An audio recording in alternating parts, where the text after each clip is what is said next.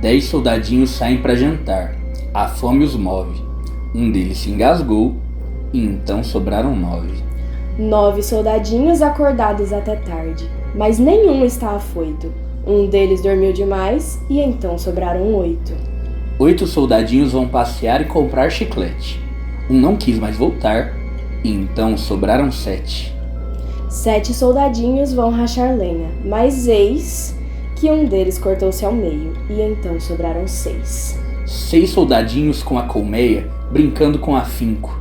A abelha picou um e então sobraram 5. 5 soldadinhos vão ao tribunal ver julgar o fato.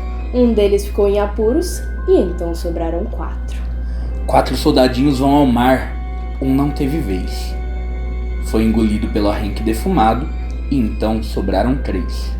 3 soldadinhos passeando no zoo vendo leões e bois. O urso abraçou um e então sobraram 2. 2 soldadinhos brincando ao sol sem medo algum. Um deles se queimou e então sobrou só um. Um soldadinho fica sozinho. Só resta um. Ele se enforcou e não sobrou nenhum.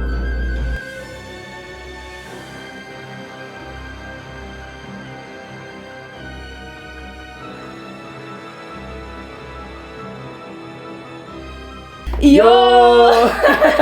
Salve, pessoal! Oi, cabeçudos! Eu sou o Rony do Cabeceira. Eu sou a Livinha do Cabeceira. E hoje a gente veio aqui fazer esse collab pra juntos resenharmos um livro maravilhoso da Rainha do Crime. Aquela que nós estamos falando durante esse mês todo, de março de 2023, a própria Agatha Christie. Com certeza você já ouviu falar de Agatha Christie, inclusive a gente já tem resenha dela aqui no canal. A Lívia já havia resenhado outros livros dela anteriormente. E a Bianca Bonomi, a nossa convidada, falou: "Oi, Bia." Abriu o nosso mês temático dando um pouco mais de informações sobre ela. Então eu acho que dá pra gente já falar um pouco mais sobre o nosso livro, não é? Vamos, com certeza. E que livro é esse? Como vocês talvez tenham percebido pela nossa atuação maravilhosa deste Digna livro, da Broadway. merece um like só pela nossa atuação. Comenta. Vocês não viram o trabalho que foi fazer isso? Se inscreve. Se não viram o trabalho, vai lá no vídeo dos bastidores. É verdade, que eu nem sei se já foi ao ar. Mas o livro que nós estamos falando é E Não Sobrou Nenhum, da Agatha Christie, que a gente tá mostrando no Kindle porque alguém foi irresponsável o suficiente pra Mostra esquecer mais do pra livro. frente, Eu assim, não porque não acredito tá que dando você pra fez ver, isso. não. Tá focando? Não tô focando. Confia em nós que essa aqui não está E foi. Não Sobrou Nenhum. Esse é o livro. This is book. This is a book. The Book. Ok. Ok. Pedante. Bom, enfim, depois dessa enrolação toda, o nosso livro E Não Sobrou Nenhum, eleito pelos seguidores da própria Agatha Christie como o melhor livro já escrito por ela. Real, pessoal, teve uma enquete, na verdade uma eleição no site oficial da própria escritora, já tipo assim, 2015, 2016, não lembro direito o ano, mas algo recente, e esse foi o livro considerado como a sua principal obra, e é a sua obra mais vendida também, na verdade a Agatha Christie, desde que lançou esse livro em 1839, nunca parou de publicá-lo, nunca parou de vendê-lo, e esse livro sempre foi muito sucesso. Por que será que esse livro sempre foi muito sucesso? É sobre isso que nós vamos falar um pouco hoje com vocês. Exatamente. Inclusive, talvez você esteja ouvindo a gente falar do tanto que esse livro é renomado e etc e tal, e talvez você esteja pensando, nossa, mas eu nunca ouvi falar do E Não Sobrou Nenhum. É porque muito provavelmente você conhece esse livro pelo nome original dele, que a gente vai explicar melhor já como é que foi que surgiu o nome, como é que chegou no E Não Sobrou Nenhum. Teve toda uma mudança, mas enfim, no momento oportuno a gente volta a falar sobre. Vamos falar sobre o enredo desse livro maravilhoso? Por favor. Então começa, Livinha. E Não Sobrou Nenhum, diferente, na verdade, da maioria dos outros romances policiais dessa época, é uma história construída de forma muito diferente. Porque essa história, na verdade, não tem um detetive investigando um caso. Na verdade, nós somos convidados a investigar esse caso. Nós que estamos lendo o livro, né? E, diga-se de passagem, um caso muito difícil de ser investigado. Eu não sei você, mas eu não descobri quem era o assassino até o último instante Também desse não. livro. E sabe o que é legal? Fazendo a releitura, porque eu li esse livro, gente, há muito tempo atrás, tipo uns 2 anos, eu li ele quando eu tava em Capitólio, eu lembro certinho, foi uma leitura que me marcou porque eu tava em viagem com os amigos. E fazendo a releitura de partes dele agora pra resenha, ela deixou muitos sinais, sabia? Ela deixa. Ela deixa muitos sinais. Que a gente não vai falar, porque não vai ter spoiler nesse Exatamente, vídeo. mas tipo assim, isso mostra que foi um livro que é perfeito no sentido de quem tá lendo pela primeira vez vai se chocar com o final, mas ao mesmo tempo quem relê não vai ser aquele negócio de tipo, nossa, eu me choquei porque não tinha nada com nada. Não, tava ali. Você que não conseguiu enxergar. Mas é colocado de uma forma tão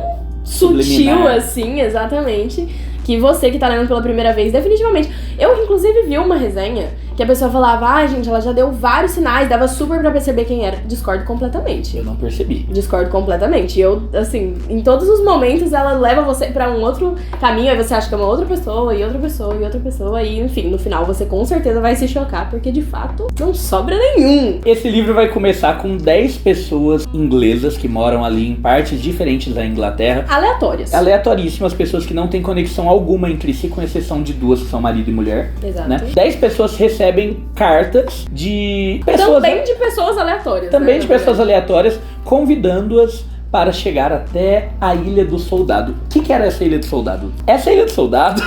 Eu achei que você ia me perguntar, mas...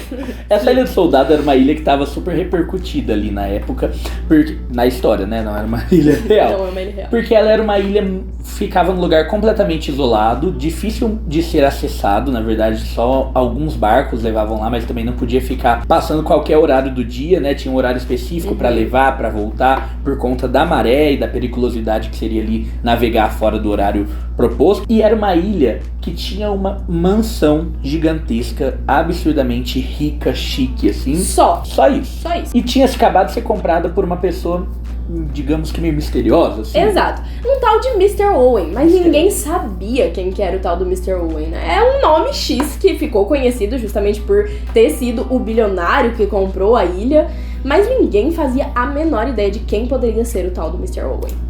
Agora pensa, você tá na sua casa e do nada você recebe uma carta sendo convidado para conhecer a tão famosa ilha e a mansão do Mr. Owen. É óbvio que essas 10 pessoas aqui aceitaram de prontidão o convite, muito embora o convite tenha sido feito de modo diferente para cada uma delas. Sim. Tem algumas pessoas ali que são convidadas a trabalho, né? Tem outras pessoas que são convidadas simplesmente para desfrutar de férias ali aleatórias, porque essas pessoas também são das mais variadas classes sociais. Cada uma com um motivo específico. Bom, essas 10 pessoas, na verdade, 8 pessoas, né, vão chegar a essa ilha. When's the murder mystery start?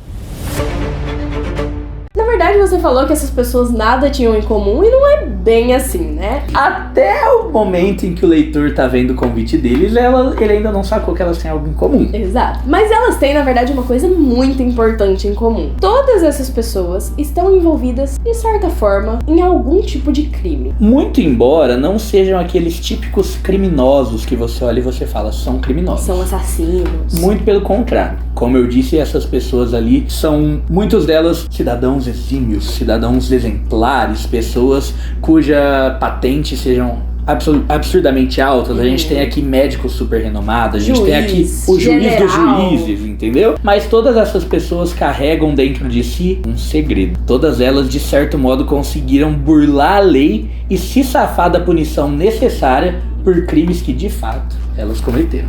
Então essas 8 pessoas vão chegar a essa ilha, porque na verdade 2 pessoas já estavam na ilha, a gente vai falar sobre os personagens já, mas então é um grupo de 10 pessoas. Isso. Que estão naquela ilha, e quando essas 8 pessoas chegam na ilha, elas não encontram o Mr. Owen, que supostamente estaria lá na ilha pra recebê-los, pra fazer uma recepção pra aquelas pessoas e tal, porque era ele que estaria ali sendo o anfitrião daquele grupo, né? Exatamente. Na verdade, só quem tá ali são 2 funcionários do Mr. Owen, que vão compor ali o grupo de 10 pessoas. Exato. Que vão aparecer no livro, e esses 2 funcionários falam, amanhã cedo, Mr. Owen chega. Então eles começam a fazer o quê? Explorar a mansão. Afinal de contas, você acabou de chegar talvez no lugar mais importante da sua terra, ou pelo menos um deles. É obviamente que você vai querer saber onde você está pisando, ver o que tinha de tão legal naquela mansão. E uma coisa curiosa que alguns notam logo a princípio é que em cima da lareira, compondo ali a decoração da casa, do casarão, tinham 10 estátuas, assim, de 10 soldadinhos, né? Soldadinhos de chumbo. Soldadinhos de chumbo, 10 bonequinhos, assim, 10 soldadinhos. E também por vários locais daquela casa, inclusive em cada quarto de onde cada um dos 10 ficaria, tinha o poema famoso, que é um poema infantil, uma canção infantil, na verdade, né? Falando sobre os 10 soldadinhos. E eu acho que nesse ponto a gente vai poder explicar pra vocês o porquê não só do nome que o livro virou, mas de qual era o nome original do livro e tudo mais. Exatamente. Então, na verdade, esse poema, né, que nós recitamos aqui pra vocês no início de forma extremamente misteriosa, como é o clima deste livro, muito misterioso, né? Na verdade, o livro originalmente não tinha esse nome, por isso que a gente falou que talvez a maioria de vocês esteja pensando, gente, como assim? É o mais famoso, nunca ouvi falar. Isso se dá ao fato de que muito provavelmente vocês conhecem esse livro como O Caso dos 10 Negrinhos. Inclusive, abre parênteses, né? Eu fui falar com meu pai sobre o livro, e aí eu falei pra ele, né? O livro mais famoso da Agatha Christie, tal. Ele falou, Lívia, eu nunca ouvi falar. Aí depois eu fui falar pra ele sobre o poema, e ele falou, ah, tá, é O Caso dos 10 Negrinhos. Beleza, então talvez a maioria de vocês tenha sido pego nesse dilema também. E por que esse livro mudou de nome, né? Esse livro, na verdade, foi lançado, como o Rony falou, em 1939, e ele foi um título muito mal recebido, né? Pelos produtores, pelos editores, exatamente. Parabéns, falou certinho. I know, Pela primeira vez na vida. Foi muito mal recebido, né? Enfim. Muito embora o título não veio da cabecinha da Agatha Christie. Ten Little Niggers é o nome de uma canção muito popular. Canção, é como se a gente falasse assim, atirei o pau no gato. Exato. Entendeu?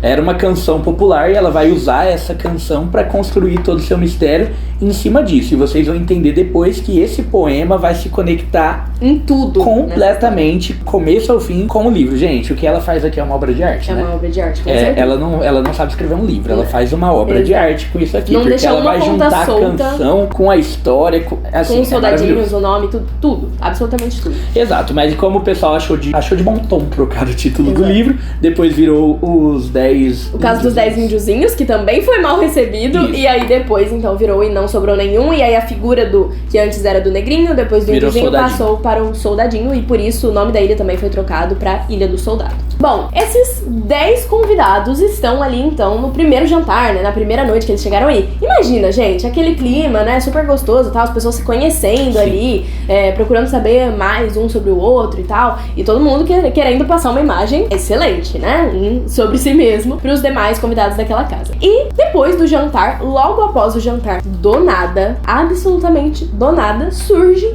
uma voz. E essa voz, na verdade, faz uma acusação sobre cada um dos convidados daquela casa. Justamente sobre aqueles crimes que a gente falou pra vocês, que aquelas pessoas eram acusadas de terem cometido. Só um adendo, todos os crimes culminam necessariamente na morte de alguma pessoa.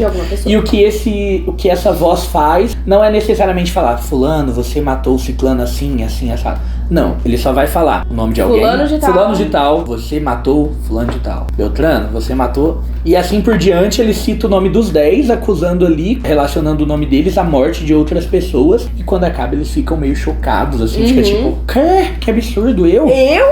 Logo eu, né? Tipo, eu, juiz, como assim, né?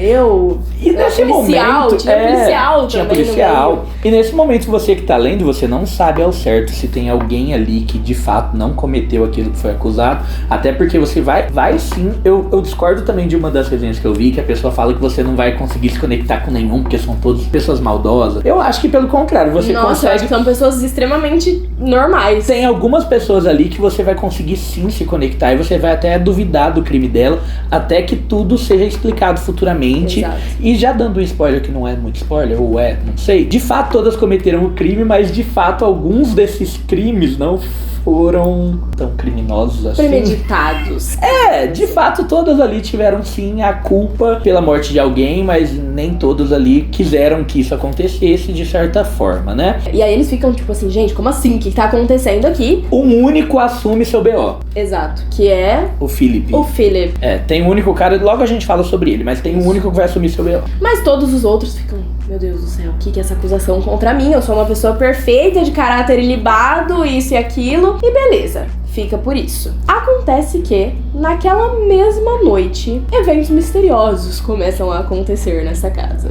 Misteriosos pra dizer no mínimo. Então vamos aproveitar esse gancho pra já começar a mostrar pra vocês um pouco de quem são esses personagens. As duas pessoas que já estavam na casa quando os 8 demais chegam eram a Ethel e o Thomas Rogers. Os dois estão ali como serviçais do Sr. Owen. Mordomos. Foram contratados como mordomos, exatamente. Eles fazem a comida, eles limpam a casa. E a acusação que é feita contra eles é sobre a morte de um antigo empregador deles. Eles eram mordomos de uma outra senhora que morreu, e após a morte dela, eles ficaram com um pouco de herança dessa senhora. Eles ganharam dinheiro com isso. Então eles foram acusados de terem matado essa senhora. Uma outra personagem que a gente tem, que também é uma moça extremamente fina e nada poderia acusar ela de qualquer coisa, é a Vera Clayton, que era uma governanta na sua vida passada. Ô, louco. Ela é espírito. Em outro momento da vida. E ela ficava cuidando de um menininho, né? Um menininho chamado Cyril. E várias vezes esse nome vai aparecer aí durante a história, porque ela se lembra constantemente. Parece que isso meio que atormenta ela, né? E ela, na verdade, é acusada de ter deixado com que esse menininho, que estava sob os cuidados dela, morresse afogado. Lembra que a gente falou que teve um único desses 10 aí que assumiu sua bronca? Esse cara era o Philip Lombardi. Esse cara, basicamente, ele servia ali no exército e ele foi enviado para uma guerra na África e lá, por preservação própria, digamos assim, ele acaba fugindo com os mantimentos todos e deixando seus companheiros ali de tropa para morrer. Mais de 30 pessoas, então, são colocadas na conta dele pela voz que vai acusá-lo ali de ter cometido esse crime. A próxima personagem que foi também acusada pelo gramofone é a Emily Brand, que é uma senhora religiosa. Demais. Também, mas assim, sabe aquela figura de filme de terror, assim, que era aquela... Extremamente religiosa, Exato. Não solta a Bíblia da mão. Exatamente, a perfeita, né, fariseus. É a Emily Brand. E ela foi acusada de deixar uma empregada, uma moça que cuidava dela, morrer enquanto essa moça estava grávida. Dentro desse grupo tinha também um policial. O nome dele era William Henry Bloor. Henry, se você for falar certo, você fala Henry, né? Senão você fala tudo em português, aí você fala Blory. O nome dele era William Henry Blory.